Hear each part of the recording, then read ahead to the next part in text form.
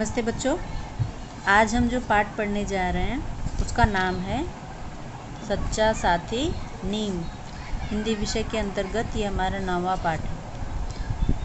इस पाठ के अंतर्गत हमें नीम के महत्व के बारे में बताया गया है। बच्चों, नीम का वृक्ष तो आपने अपने आसपास हर जगह देखा होगा, क्योंकि ये वृक्ष सदाबहार वृक्षों में आता है और ये हमारे लिए और हमारे परिसर के लिए बहुत ही महत्वपूर्ण वृक्ष है, क्योंकि ये वृक्ष बहुत ही कारगर सिद्ध होता है।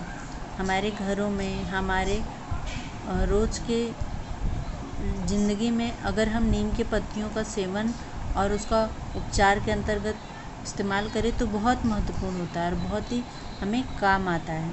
तो चलिए इस पाठ में हम देखते हैं कि सच्चा साथी नीम कैसे है। इसे हमारा साथी कहा गया है, यानी कि हमारा क्या है, मित्र है। जिस प्रकार एक मित्र दूसरे मित्र पर के लिए मलहम का कार्य करता है, उसी प्रकार यहाँ पर हमें नीम को एक साथी की तरह, एक मित्र की तरह दिखाया गया है। इतना हमारे लिए नीम कारगर सिद्ध होता है। नीम मूलतः भारत की धरती का पेड़ है। ये कहाँ पनपा और बड़ा हुआ है बच्चों? भारत की धरती पर, यहीं पे इसकी उपज हुई है। नीम के पेड़ सदाबहार होते हैं। ये सदाबहार होते हैं, ये हर मौसम में, ठंडी, गर्मी, बरसात, ये तीनों ही मौसम में हमको हरे भरे मिलते हैं। वैशाख जेठ की झुलसा देने वाली गर्मी में यह लोगों को अपनी छाया की शीतल फुहार में नहला देती है। मतलब जेठ बैसाख जब इतनी गर्मी होती है, उस समय भी इसके छाया के नीचे जब आप जाते हैं तो बड़ी शीतलता का अनुभव होता है। ये आपको बहुत अच्छी लगती है, इतने घने होते हैं ये पेड़। भारत में तो यह सभी भागों और क्षेत्रों में पाया जाता है।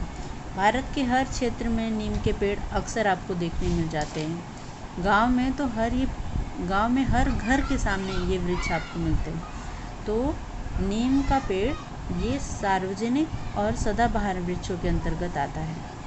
हिंदी और अंग्रेजी दोनों भाषाओं में इसे नीम कहते हैं। दोनों ही लिपियों में इसे क्या नाम दिया गया है? नीम। वृक्षों में नीम वैद्य है। ऐसे डॉक्टरों को वैद्य कहा जाता था। हम डॉक्टर नहीं कहते थे, वैद्य कहते थे। तो ये एक वैद्य है हमारे लिए, जो कि हमें तरह तरह के रोगों से इलाज देता है। नीम का प्रत्येक अंग रोगनाशक है। मतलब उसका हर अंग हमारे लिए उपयोगी होता है, चाहे उसकी पत्तियां हो, उसके फल हो या फिर उसके छाले हों, वो सब हमें किसी न किसी रोग से ज़रूर बचाते हैं। इससे बनी सारी वस्तुओं से बीमारी दूर होती है। इससे हर एक प्रत्येक अंग से हमें कोई न कोई बीमारियों से मुक्ति मिलती है। नीम की छाल घिसकर फोड़े फुंसियों पे लगा दी जाती है। देखिए इसके एक एक नुस्खे को यहाँ पे थोड़े बहुत मात्रा में बताया गया है। जैसे कि पहला यहाँ पे है कि नीम की छाल घिसकर फोड़े फुंसियों पे लगा दी जाए। अगर आप फोड़े फुंसी हुए आपको या आपकी त्वचा से संबंधित आपको कोई भी रोग है बच्चों, तो नीम की छाल को पीस कर उसको अगर हम पानी के साथ मिक्स करके उसे फुंसी पे लगा दें तो वो बहुत अच्छे हो जाते हैं, ठीक हो जाते हैं पूरी तरह से। नीम के फलों को निबोली कहते हैं। क्या कहते हैं? नीम के फल को, छोटे छोटे होते हैं ग्रीन कलर के, उन्हें निबोली कहते हैं। निबोली का तेल और नीम की पत्तियों पर का चूर्ण घावों की ठीक करता है। उस निबोली का तेल निकाला जाता है। वो तेल बहुत ही कारगर है, क्योंकि वो हमारे फोड़े फुंसियों और किसी भी त्वचा रोग के लिए बहुत ही उपयोगी है।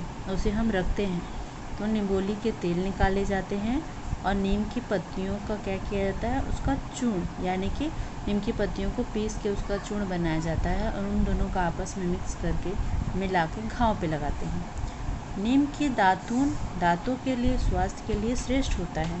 नीम के दातून तो आप सभी करते आए हो और ये बहुत ही पुरानी पद्धति है। नीम के दातूनों करने का लाभ सिर्फ दांत साफ करने से नहीं है, बल्कि हमारे दांतों में जो कीड़े मकोड़े लगे रहते हैं या जो दांत खराब होते हैं, दांत से संबंधित जो रोग होते हैं, वो उन्हें भी ठीक कर देता है। नीम की पत्तियों को कोठार में रखकर अनाज भर देते हैं। नीम की पत्तियों को कोठार में रख के अनाज भर देते हैं। ऐसा क्यों करते हैं? क्योंकि नीम की पत्तियों को कोठार में रखने से उसमें जो अनाजों में लगने वाले फफूंदी हैं, कीड़े मकोड़े हैं, वो सब नहीं लगते हैं, तो अनाजों से उनकी सुरक्षा होती है। इससे अनाज में इल्लियाँ और कीट नहीं पड़ते। लोक संस्कृति ने नीम को बहुत प्रेम के साथ अपनाया है। हमारी लोक संस्कृति में नीम से बहुत प्यार दिखाया गया है। इस पे अनेक पखेरू अपना रैन बसेरा करते हैं। चहचहाती चिड़ियों का घर बन जाता है।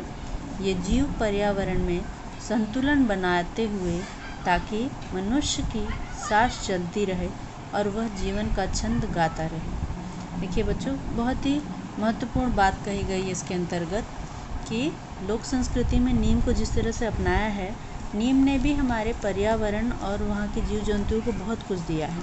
इसके पेड़ के ऊपर पक्षियों का और चिड़ियों का रैन बसेरा होता है, उनका घर बनता है और पर्यावरण को भी संतुलित बनाता है वो। क्यों? क्योंकि नीम हमने पढ़ा है इससे पहले बहुत बार जाना है कि जो पेड़ पौधे होते हैं ये हमें ऑक्सीजन देने का कार्य करते हैं, हमारी पर्यावरण, हमारी हवा को शुद्ध करते हैं, जो कि मनुष्य के लिए भी बहुत आवश्यक है। तो ये हमारे लिए भी बहुत उपयोगी है और हमारे पर्यावरण के बाकी जीवों के लिए भी। नीम ने सड़कों को छाया दी है, राहगीरों को आराम के छंदों में घर सरीका सुख दिया है। पुराने ज़माने में गांव की चौपाल नीम के पेड़ के नीचे जमाते थे।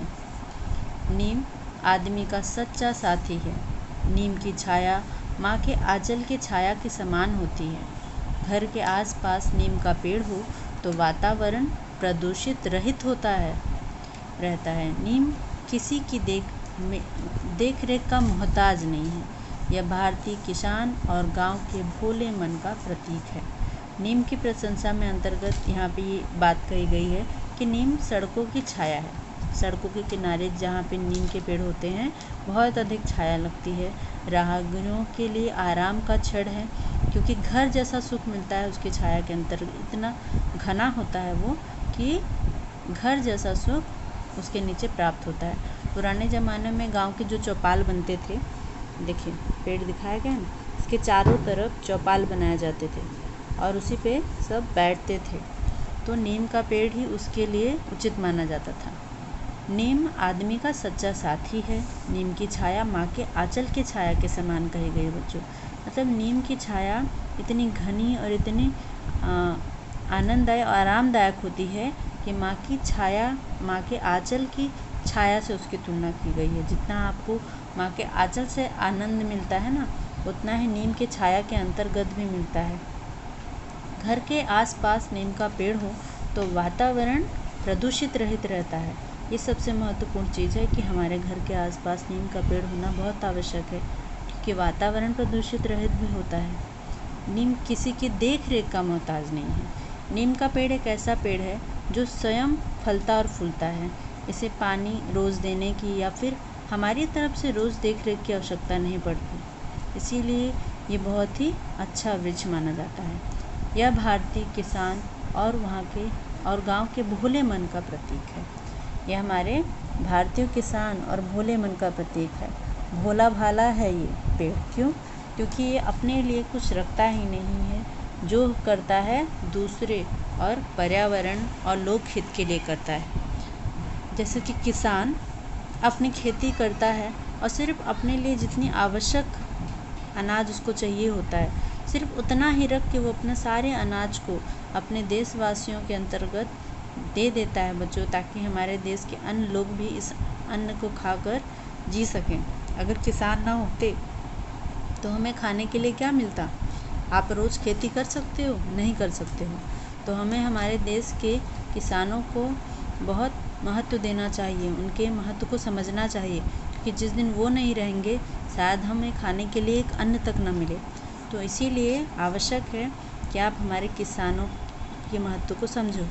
और किसानों की तुलना नीम से की गई है। क्यों? क्योंकि नीम भी जो करता है दूसरों के लिए करता है, वो अपने लिए कुछ नहीं रखता। पेड़ पौधों और प्राकृतिक जितनी भी संपदाएं हैं बच्चों, ये सब हमारे ही कार्य में आती हैं। ये हमसे कुछ लेती नहीं है बल्कि हमें उम्मीद से ज़्यादा देती है। गांव के भोले मन का प्रतीक है नीम का पेड़। क्यों? क्योंकि गांव के लोगों को बहुत भोला भाला माना जाता है। उन्हें हम जैसे आराम से उनसे कोई भी चीज़ प्राप्त कर सकते हैं, उसी तरीके से नीम का पेड़ भी हमें आराम से किसी बिना प्रलोभन के हमें सब कुछ देता है। तो डॉक्टर श्री राम परिहार जी ने ये पाठ लिखा है। बहुत ही अच्छा और बहुत ही महत्वपूर्ण पाठ है। इसमें हमें बहुत सारी जानकारी प्राप्त हुई नीम से संबंधित। और इसके पश्चात बच्चों आपको पेड़ों से और प्यार होना चाहिए। और इसके साथ साथ इसके अंतर्गत जो किसानों की बात की गई, माँ की बात की गई, इन सारी चीज़ों के भी आपके अंदर भावना जगी होगी। मुझे उम्मीद है कि ये पाठ आपको बहुत पसंद आया होगा। आप इसे एक बार अच्छे से पढ़ेंगे और एक पेज लेखन भी करेंगे।